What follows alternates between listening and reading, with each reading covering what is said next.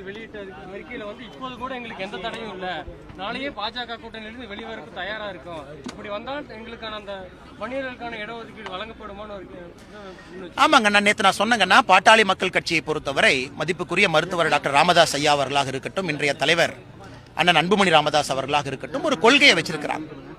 எல்லா கட்சிக்கும் அந்த கொள்கையை அடைய வேண்டும் என்கின்ற விருப்பம் இருக்கும். நேற்று என்ன சொல்லியிருக்கிறாங்க மதிப்புக்குரிய மருத்துவர் டாக்டர் அன்புமணி ராமதாஸ் ஐயா பேசும்பொழுது, இதுதான் எங்களுடைய highest end of political journey, இந்த சமுதாயத்திற்கு நீங்க மதிப்பு மரியாதையும் கொடுக்கணும்னு கேட்டிருக்காங்க. அதெல்லாம் எது தவறா பார்க்கலீங்கன்னா, நாங்களும் சொல்வது ப்ரொபோஷனல் ரெப்ரசன்டேஷன், எல்லா ஜாதிகளுக்கும் விகிதாச்சார அடிப்படையில் பண்ணுங்கன்னு தான் நாங்களும் சொல்லிக் கொண்டிருக்கின்றோம். அதனால் அவர்கள் சொன்னதில் எந்த தவறும் கிடையாதுங்கன்னா. ஆனால் ஒரு பக்கம் திமுகவை பொறுத்தவரை பிள்ளையும் கிள்ளிட்டு தொட்டலையும் ஆட்டுறாங்க.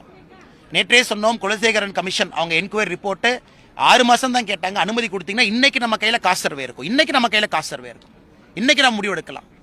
அதனால் திமுக அரசில் இருக்கிறாங்க, இதையெல்லாம் பார்த்து கொண்டிருக்கின்றார்கள். எல்லா சமுதாயத்திற்கும் நியாயம் வேண்டும் என்று பாரதிய ஜனதா கட்சி விரும்புகின்றோம். பாட்டாளி மக்கள் கட்சியினுடைய நிறுவன தலைவர் அவர்களும் இன்றைய தலைவர் அண்ணன் அன்புமணி ராமதாஸ் அவர்களும் கேட்பதில் எந்த தவறும் இல்லை. விகிதாச்சார அடிப்படையில் இருக்க வேண்டும் என்று நாங்கள் விரும்புகின்றோம். பொறுத்திருந்து பார்ப்போம்.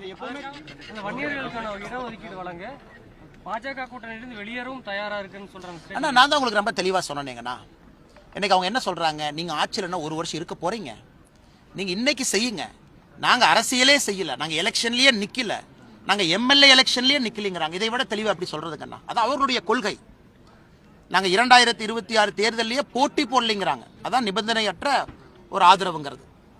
இதை விட தெளிவா சொல்றோமா? அவங்களுடைய கொள்கையை அவங்க பிரகடனப்படுத்துறாங்க. பாரதிய ஜனதா கட்சியினுடைய கொள்கையை நாங்கள் சொல்லிக் கொண்டிருக்கின்றோம். அதான் முதல்லயே சொல்லிட்டேங்கன்னா, அவங்க சொல்வதில் எந்த தவறும் இல்லை. காரணம், அவர்கள் அரசியல் பயணத்திலே இது உச்சபட்ச ஒரு விஷயமாக அவங்க பார்க்கறாங்க. நாங்கள் சொல்வது விகிதாச்சார அடிப்படையில் எல்லா சமுதாயத்திற்கும் கொடுக்க வேண்டும் என்பது எங்களுடைய வேண்டுகோள், எதிர்பார்ப்பு.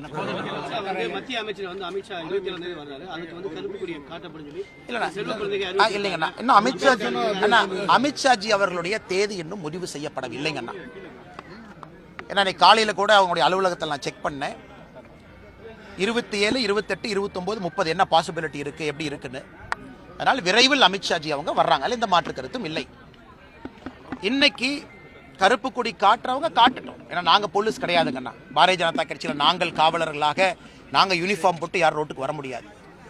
அதனால் நீங்க யாரெல்லாம் என்னெல்லாம் அட்டூழியம் பண்ணுமோ நீங்க ரோட்டுக்கு வந்து பண்ணுங்க. மாநில அரசு சட்டம் ஒழுங்கு அவங்களுடைய கையில் இருக்கு. அமித்ஷா அவர்களை பொறுத்தவரை அவர்கள் பேசியிருக்கக்கூடிய விஷயத்திற்கு இந்தியா முழுவதுமே மக்கள் எல்லோருமே சொல்வது, அவர் எதுவும் தப்பாலாம் பேசலைங்க, தப்பாக இவர்கள் புரிந்து கொண்டிருக்கின்றார்கள், வேண்டுமென்றே தப்பாக புரிந்து கொண்டிருக்கின்றார்கள். அதனால் அமித்ஷாஜி அவர்களுடைய பாராளுமன்ற பேச்சுக்கு பிறகு பாரத் ரத்னா அண்ணல் அம்பேத்கர் ஐயாவிற்கு எந்த அளவுக்கு கொடூரத்தை காங்கிரஸ் ஆட்சி இழைத்திருக்கின்றார்கள் புதிய புதிய தகவல் தினமும் வெளியே வருது. என்சிஆர்டி புக்கில் நேரு அவர்கள் சாட்டையை வைத்து சுழட்டிய காட்சி பார்க்கிறோம். இத்தனை நமக்கு தெரியாது. அண்ணல் அம்பேத்கர் அவர்கள் எதற்காக முதல் கேபினெட்ல இருந்து 1951 வெளியே வந்தாங்க, இதை பத்தி பேசுறோம். எதற்காக பாரத் ரத்னா விருது கொடுக்கவே இல்லை 1980 வரைக்கும். இன்னைக்கு புதிய புதிய தகவல்கள் வருகின்ற பொழுது இன்னைக்கு காங்கிரஸே யோசிக்கிறாங்க, எதற்காக இந்த பிரச்சனையை நாம் ஆரம்பிச்சோம் அப்படின்னு. அதனால் நீங்க கருப்பு பேரணி, கருப்பு சட்டை, நீங்க கொடியெல்லாம் எடுத்துட்டு வாங்க, இன்னும் புதிய தகவல் வெளியே வரத்தான் போகுது. எப்படியெல்லாம் காங்கிரஸ் கட்சி அண்ணல் அம்பேத்கர் ஐயாவிற்கு நீங்கள் மரியாதை கொடுக்கவில்லை, அவமானப்படுத்தி இன்னும் நாங்கள் டெய்லி சொல்லிக்கிட்டே தான் இருப்போம். நீங்க பாராளுமன்றத்தில் பிரச்சனை ஆரம்பித்த பிறகுதான் இவ்வளவு தகவல் வெளியே வந்திருக்கு. இன்னும் புதிய தகவல் நாங்கள் கொண்டு வரோம். அதனால் யாரு வேண்டுமானாலும் செய்யட்டும், அதை பற்றி எங்களுக்கு கவலை இல்லை. இந்தியாவுடைய உள்துறை அமைச்சர், பாரதிய ஜனதா கட்சியினுடைய தொண்டன் தலைவர், எங்கே வருவதற்கும் அவருக்கு உரிமை இருக்கு. இந்த மாதிரி நான் பண்றேன்னு யாராச்சும் தமிழ்நாட்டில் சொன்னா தான் உறுதியாக அமித்ஷாஜி வருவாங்க. எனக்கு கூட ஒரு பெரிய பயம் என்னன்னா, ரொம்ப பிஸியாக இருக்கக்கூடிய மனிதர். நான் 2 தினங்களுக்கு முன்பு அவருடைய இல்லத்திற்கு சென்று சந்தித்த பொழுது எல்லா முக்கியமான நபர்கள் இருந்தாங்க, நேரம் கொடுத்து பார்க்க வேண்டும் என்று பார்த்தாங்க. என்னோட ஒரே பயம், இவ்வளவு பிஸியாக இருக்கக்கூடிய மனிதர் தமிழ்நாட்டில் அவருடைய கரத்திலே இந்த கட்சி அலுவலகத்தை திறக்க வேண்டும் என்பது தொண்டர்களுடைய விருப்பம். திருவண்ணாமலை, ராமநாதபுரம், கோயம்புத்தூர் எல்லாம். அதனால் நீங்க தயவு செஞ்சு இந்த கருப்பு கொடி ஆர்ப்பாட்டம் பண்றேன்னு சொல்லுங்க, அப்பதான் அமித்ஷாஜி வருவாங்க.